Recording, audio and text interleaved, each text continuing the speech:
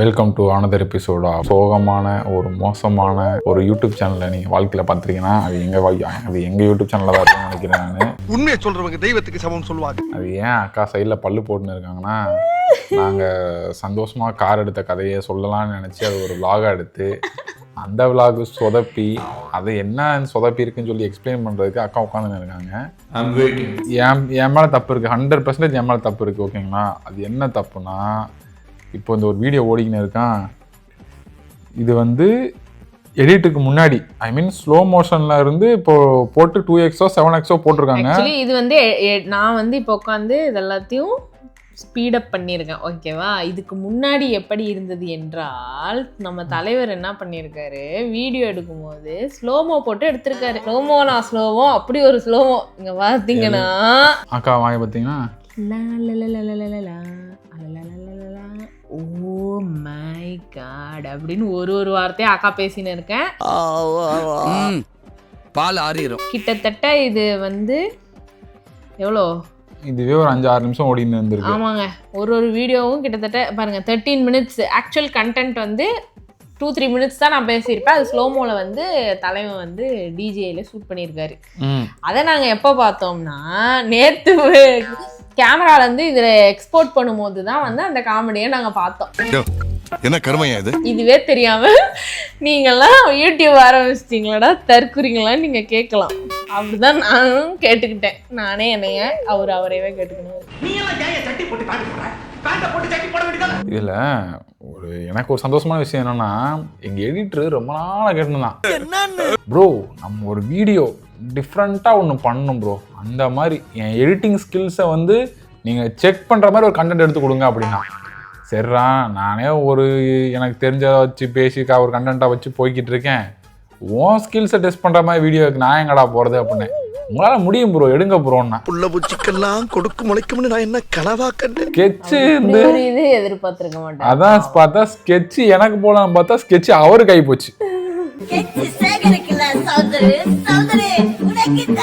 அதனால இப்ப என்ன பண்ணுங்க, எங்களுக்கு தெரிஞ்ச ஒரு 0.5x 0.25xல இருந்து 7x மாத்தி மோனி ஏதோ ஒட்டி வச்சிருக்கா. ஓகேங்களா?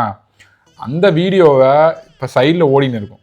அந்த வீடியோவுக்கு வாய்ஸ் ஓவர், ஆக்சுவலா என்ன நடந்துச்சுங்கிறத வந்து ஷார்ட் அண்ட் ஸ்வீட்டா அந்த வீடியோ நடந்ததை எக்ஸ்பிளைன் பண்ணுவோம் இந்த வீடியோல. அதுக்கு ஒரு வீடியோ, அந்த வீடியோக்கு எக்ஸ்பிளனேஷனுக்கு இந்த ஒரு வீடியோ. ஏன்னா அவங்க ஒரு வீடியோ பாக்குறதே பெரிய விஷயம்.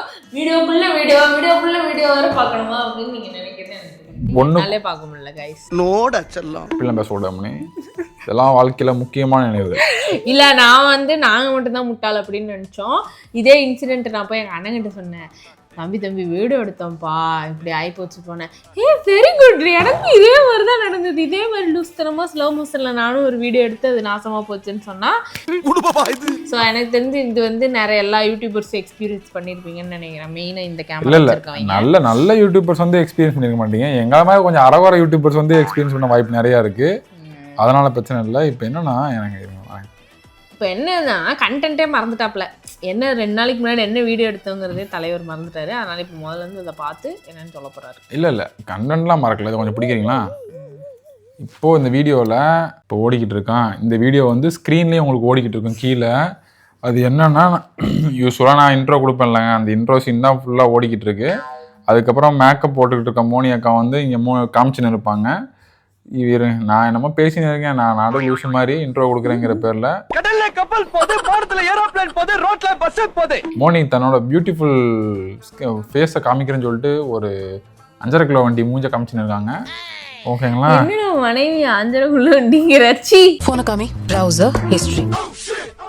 இந்த மாதிரி ஒரு ஃபேஸை கிரியேட் பண்ணி, ஆக்சுவலா அன்னைக்கு அந்த மொமெண்டம்ல எப்படி இருந்ததுன்னா, ஓகே நமக்கு இது நமக்கு உண்டான கார் இதுதான் நம்ம காருன்னு மைண்ட் செட் பண்ணி ஒரு கார் ரிவீல் பண்ண மாட்டாங்க சத்தியமா. நாங்க 2 பேரும் கார் எடுக்கிறதா கன்ஃபியூஷன் பார்த்தா, அந்த கார் எடுக்கிறத வீடியோ எடுக்கிறதுலயும் பெரிய கன்ஃபியூஷன். இது உலக வரலாற்றுலயே நடக்காது. ஸோ அன்னைக்கு வந்து சரி ஓகே 2 பேரும் கொஞ்சம் நல்லா ட்ரெஸ் பண்ணி வீட்டுல இருந்து கிளம்பி போறோமே, சரி நான் மோனி வேற பார்க்க அன்னைக்கு தான் பெண் மாதிரி இருந்தா அப்படின்னு சொல்லிட்டு,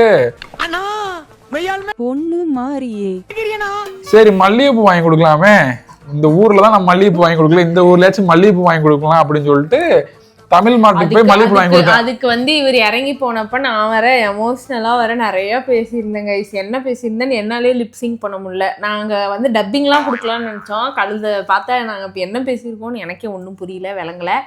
சரி ஓகே, நான் அதில் எவ்வளோ ஃபீலிங்காக பேசியிருந்தேன் தெரியுமா? ஏதோ அது எல்லாமே போயிடுச்சு. போ அதான் இப்போ இதுலேருந்து என்ன தெரியுது, நீ எதுவுமே பண்ணாதீங்கடா, கம்முன்னு இருங்கடான்னு தெரியும் வந்துச்சு. பார்த்தீங்கன்னா இந்த இதில் வந்து ரொம்ப நேரம் ஏதோ சொல்லியிருந்தேங்க, ஏதோ சொல்லியிருந்தேன், நான் ட்ரை பண்ணுறேன், ஞாபகம் இல்லை. காக்கு கே என்னது இது மரியாதை? நான் எப்பவுமே நாங்க வந்து மரியாதை கொடுக்கறத பத்தி எனக்கு பிரச்சனை இல்லை.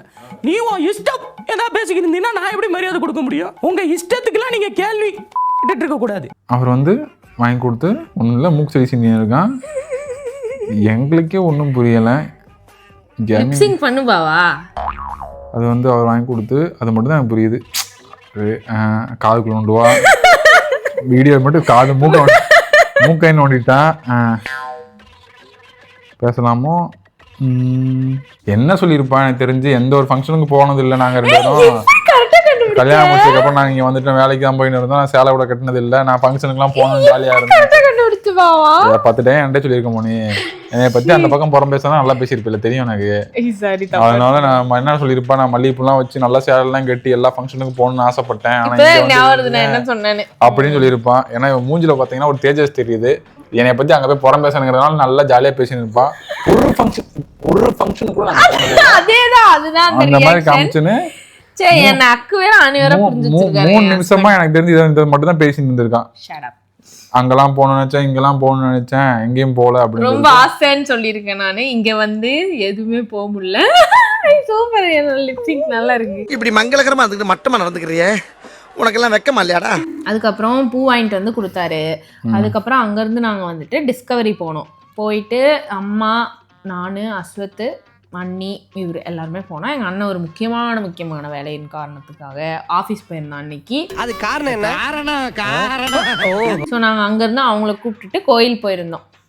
கரெக்டா? ஆமாம். இப்போதான் நான் அட்வான்ஸாக கதை போயின்னு இருக்கு. சீக்வன்ஸில் சீரியல் கதைப்படி பார்த்தீங்கன்னா இப்போ தான் பூ வாங்கிட்டு வந்து ஹீரோ வந்து ஏறி இருக்காப்புல. ஓ இல்லை, ஹீரோலாம் இல்லை, பூ வாங்கிட்டு வந்து ஏறி இருக்காப்புல. நாங்களாம் ஹீரோவா இருக்க கூடாதா? என் யூடியூப் சேனல் நான் ஒரு ஹீரோவா இருக்க கூடாதா? சரி இருந்துக்கங்க. ஓகே, கார் எடுத்தோங்கிறீங்களே, எங்கடா அந்த காருன்னு பாக்குறீங்களா? அந்த காருக்குள்ளதான் இப்ப நாங்க உட்கார்ந்து இருந்திருக்கோம். அதுதான் இங்க என்ன சொல்றது, ட்விஸ்ட்னு சொல்லலாம். எனக்கே ஒரு ட்விஸ்ட், மோனிக்கு ஒரு ட்விஸ்ட், எல்லாருக்கும் ஒரு ட்விஸ்ட். ஆக்சுவலா என்ன நடந்ததுன்னா, இந்த காரை நான் ஓட்டிட்டு இது இவர் என்ன உங்க அண்ணா என்ன சொன்னாங்கன்னா, பார்க்கிங் இல்லை அப்படின்னு சொல்லி அப்படி சொல்லியிருப்பேன். நான் தான் ஓட்டின்னு இருந்தேன். ஒரு 2 வாரம் ஓட்டலாம் சொல்லி ஓட்டிட்டு இருந்தேன். எல்லா காரும் எடுத்து பார்த்து முடிச்சதுக்கப்புறம் சரி ஓகே, எல்லா பிளான் ஏ பிளான் பி எல்லாம் சொல்லிட்டேன் இவங்ககிட்ட. சரி பிளான் இசட்டப் சொல்லிட்டு ஓட்டிடுவோம் அப்படின்னு சொல்லிட்டு பிளான் இசட்டை போய் சொன்னேன். அவங்க அண்ணன் இப்படி நெஞ்சில் கையை வச்சாரு, மோனி தலையில கையை வச்சான். என்ன இது மனுஷன் என்னத்தையா அவனை சொல்லணுமா பார்த்தா என்னென்னமோ சொல்றானே அப்படின்னு சொல்லிட்டு நல்லா யோசிச்சு பார்த்தேன். ஓகே, வண்டி அவர்கிட்ட இருந்து இந்த அமௌண்ட் கொடுத்து நம்ம வாங்கினோன்னா மேற்கொண்டு செலவு இவ்வளோ பண்ணணும். ஓகே, இந்த செலவெல்லாம் நம்ம பண்ணி நமக்கு பிடிச்ச மாதிரி சீட்டு கீட்டெலாம் கொஞ்சம் சேஞ்ச் பண்ணி வச்சுருந்தோன்னா இவ்வளோ காஸ்ட் ஆகுது. ஒரு வருஷம், ஒரு 1.5 வருஷம் நல்லா இந்த ஊர் நமக்கு நிறைய இடம் போயிருக்கேன் காரில், இருந்தாலும் நம்ம ஓட்டி நான் போனது கிடையாது. ஸோ இதெல்லாம் போனால் முதல் வருஷம் நம்மளோட ஃபைன் இவ்வளோ வாங்குவோம், இவ்வளோ இஎம்ஐ, இவ்வளோ பெட்ரோல்லாம் கால்குலேட் பண்ணால் ஓகே இந்த அமௌண்ட் வருது. புது வண்டி எடுத்தால், பழைய வண்டி எடுத்தால் ஓகே நமக்கு இஎம்ஐ கட்ட தேவையில்ல. மாதம் நமக்கு இந்த இஎம்ஐ கட்டியே ஆகணும், மாதம் ஒரு 1000 ரூபா 2500 கட்டணும் அப்படிங்கிற ஒரு மண்டையில் ஒன்று ஓடிக்கிட்டே இருக்கும்ல, அது ஓடா தேவையில்லை. நம்ம ரிலாக்ஸாக இருக்கலாம். 1 டைம் பேமெண்ட் தான். ஒரு டைம் அந்த வண்டிக்கான அமௌண்ட்டை கொடுத்துட்டு கொஞ்சம் செலவு பண்ணி எல்லாத்தையும் ரெடி பண்ணிட்டோம் அப்படின்னா முடிஞ்சிருச்சு அப்படின்னு சொல்லிட்டு பிளான் பண்ணி வச்சிருந்தேன் மைண்டுக்குள்ளே. அதுக்கப்புறம் மோனி எல்லா கடைக்கும் எல்லா கார் கம்பெனிக்கும் ஃபுல்லாக கூப்பிட்டு போயிட்டு வாங்கப்பா இதான் நல்லா காரு ஏறி பாரு அப்படின்னு சொல்லி ஏறி அக்கா பார்த்துட்டு இருந்தாங்க. பருத்தி மூட்டை குடோன்ல இருந்திருக்கலாம், முதல்ல அந்த காரை வாங்கிருக்கலாம். எதுக்கு எல்லா கார் ஷோரூம் ஏறி இறங்கினாருன்னு எனக்கு தெரியல. அண்ட் நிறைய பேர் போன வீடியோல வந்துட்டு கமெண்ட் பண்ணியிருந்தீங்க, ஃபர்ஸ்ட் கார் செகண்ட் ஹேண்டா போங்க அப்படி சொல்லிட்டு. அதுக்கு அடுத்து வந்து நீங்க ஒரு ட்ரீம் கார் வச்சிருப்பீங்களா, அதை வாங்கும் போது அப்பதான் அந்த ஃபுல் ஹாப்பினஸ் உங்களுக்கு கிடைக்கும்னு நிறைய பேர் கமெண்ட் பண்ணியிருந்தீங்க. நிறைய பேர் சொல்லியிருந்தாங்க ஃபர்ஸ்ட் கார் வந்து செகண்ட்ஸ் போனாலும் தெரியாதவங்கள்ட்ட வாங்காதீங்கன்னு சொல்லிட்டு. அதனால நான் செகண்ட்ஸே ஃபர்ஸ்ட் போல.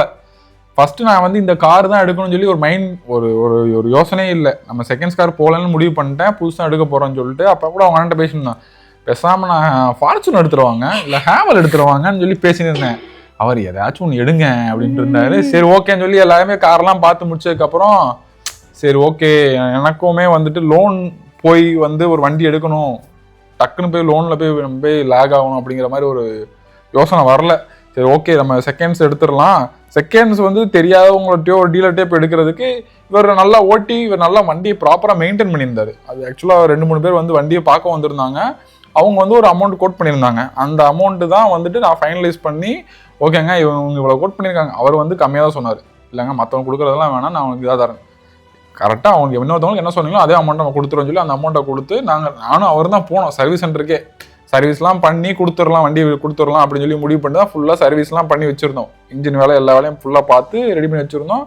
அப்புறம் பார்த்தேன் சரி நம்மளே வண்டி எடுத்துருவோம் அப்படின்னு சொல்லிட்டு என்ன லைட்டாக டிங்கரிங் தானே, மோனி பிடிச்ச மாதிரி சீட்டு உள்ள கொஞ்சம் மேட்டு எல்லாத்தையும் போட்டு ரைட்டு இதான் வண்டி அப்படின்னு சொல்லிட்டு அந்த இவனை பாயா பண்ணி நாய்க்கு ஊத்துக்கினேன், நாய்க்கு எதுக்கு ஊற்றணும் நாமளும் சாப்பிட்றலாம்னு எடுத்து இவங்களே சாப்பிட்டாங்க கடைசியில்.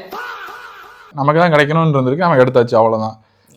புது வண்டி நான் எனக்கு ஆபீஸ் பக்கத்தில் தான், ஒரு நாளைக்கு 10 கிலோமீட்டர். முருகன் ஓட்டின கதையை சொல்லு. கமான். பார்த்தீங்கன்னா ஆப்த கேமரா என்ன எப்படி மிரட்டின்னு இருக்கான்னு இழுக்காத கிளம்ப மாதிரி இழுத்துன்னு இருக்கேனாமா. கிளவி புருஷா கமான். சரி ஓகே நான் எமோஷனலா இதை பத்தி இதுல பேசி இதை தாங்க எமோஷனலா இந்த சீன்ல பேசின்னு இருந்தேன். ஓகேங்களா எடிட்டர் முடிஞ்சாது கீழே வைப்பான்.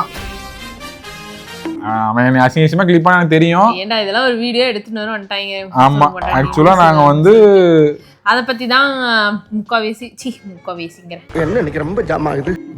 முக்காவாசி அசோத்துங்க சொல்லிட்டு இருந்திருப்பான். நல்ல முடிவு எடுத்தீங்க மாம்சு அப்படி இப்படின்னு சொல்லிட்டு இருந்தா அதுல. ஸோ இதை ஃபார்வர்ட் பண்ணி காமிச்சோன்னா எங்க இந்த இருக்கு பாத்தீங்களா, இதுதாங்க மெயின் சீனு. இதுக்குதான் கோயிலுக்கு போனோம் மெயினா. வண்டி வாங்கிட்டு ஒரு டைம் கூட கோயிலுக்கு போல, பூஜைலாம் ஃபர்ஸ்ட் எங்க அண்ணன் போட்டுட்டான். அதனால அது வேண்டாம், நம்ம ஒரு ஃபர்ஸ்ட் போய் கோயிலில் முருகன்கிட்ட வேண்டிட்டு நம்ம கொடைக்கானல்ல நாங்கள் முருகன் குறிஞ்சி ஆண்டவர் கோயிலில் வாங்கி வச்ச வேல் கொடைக்கானல்ல வாங்கினோம். ஸோ அதை எடுத்துட்டு வந்து இங்கே ஒட்டி அதை ஒட்டினது யாரும் பார்த்தீங்கன்னா எங்கள் வீட்டு குடும்ப குத்து விளக்கு. அந்த குத்து விளக்கு வந்து பார்த்தீங்கன்னா ஸ்டிக்கரை உரிச்சிட்டு முருகை வச்சு அதுக்கு ஒரு பூ வேற வீட்டுல இருந்து பேக் பண்ணி கூட்டிட்டு வந்தேன். தூக்கிட்டு வந்தேன். கூட்டிட்டு வந்தியா? சரி ஓகே. அப்புறம் அதை வந்து சாமிக்கு வச்சு தள்ளி விட்டாரு. மோனி தான் ஊத்துனா. ஏய் நீ தான் அது வச்சு அப்புறம் எல்லாத்தையும் போட்டு முடிச்சுட்டு மன நிறைவா வேண்டிக்கிட்டு சரி ஓகே அடுத்து நம்ம பெரிய கார் வாங்க போறோம். அது வந்து அது எப்போது கார் நம்ம மாசான ஒரு நம்மளோட ட்ரீம் கார் வாங்குவோம் கண்டிப்பா. ஸோ இதே மாதிரி மேலும் மேலும் நிறைய கார் வாங்கி பெரிய டாக்ஸி கம்பெனி ஆரம்பிச்சு தேவயானி சரத்குமார் மாதிரி வரணும்னு ஆசை. ஆமா நீ எப்போ மணி படிச்சு கலெக்டர் வேலைக்கு போவப்ப? கலெக்டர் வேலைக்கு தேவையில்ல, தேவையான கலெக்டர் தானே போவாங்க தெரியும்ல. தேவையான கலெக்டர்னா நான் ஒரு டெவலப்பரா போவேன். சரி சூப்பர் மேம், நல்லா டெவலப் பண்ணேன். ஓகே ஓகே நன்றி. நல்ல அடுத்த எபிசோட்ல நல்ல இல்ல ஸ்லோமோல எடுத்து டான்ஸ் போடாம நல்ல வீடியோ எடுக்கிறனோ இல்லையோ ஆனா வீடியோ கரெக்டா எடுக்கணும். இப்பதான் நல்ல பேசுறேன். அது ஒரு நல்ல லேர்னிங் இந்த வீடியோல. கரெக்ட். யூசுவலா கண்டென்ட் தேடி அதை எடுக்கிறதுல ஃபோக்கஸ்டா இருக்கும். முதல்ல வந்து கேமரா கரெக்ட்டா வச்சு இல்ல எனக்கு என்ன டவுட்னா ஒரு யூடியூப் சேனல் வச்சு கண்டென்ட்டையும் ஃபோக்கஸ் பண்ண மாட்டீங்க, வீடியோவையும் ஃபோக்கஸ் பண்ண மாட்டீங்க, ஏன்டா இப்படி பண்றீங்க அப்படின்னு ஒரு நிலைமையில இருந்துச்சு. சரி ஓகே அன்னைக்கு எனக்கு நான் கார் எடுத்த அன்னைக்கு எங்களை வந்து வாழ்த்திய லதா ஆண்டிக்கு ரொம்ப நன்றி. அந்த லதா ஆண்டி வந்து தம்பி ரொம்ப நல்லா பண்றீங்க தம்பி அப்படின்னாங்க. ஆனா அன்னைக்குதான் நாங்க மோசமான வீடியோவே எடுத்திருக்காங்கிறது எனக்கு இப்பதான் புரியுது. ரொம்ப பெருமையா கார் எடுத்துட்டு வந்து பீத்திட்டு இருந்தோம். கடைசியில வந்து பார்த்தா வீடியோ ரொம்ப மட்டமா எடுத்து வச்சிருந்தாரு. சரி ஓகே ஃபைன், இதுவும் ஒரு பாடம் தான். ஸோ இந்த மாதிரி வாழ்க்கையை சொதப்பலாம் போனாலும் அதுக்கு மேலே சிமெண்ட் போட்டு அப்பி எப்படியாவது ஒரு மேக்கப் பண்ணி வந்துடணும். ஓகே தான், இதுவும் patch work, one of the patch work video தான். ஸோ அடுத்தது இதே தப்பு நடக்காம ஒரு நல்ல எபிசோட். வாழ்க்கை ஒரு பேட்ச் ஒர்க் பண்ணலாம், ஃபுல்லாக பேட்ச் ஒர்க் பண்ணக்கூடாது. Okay bye.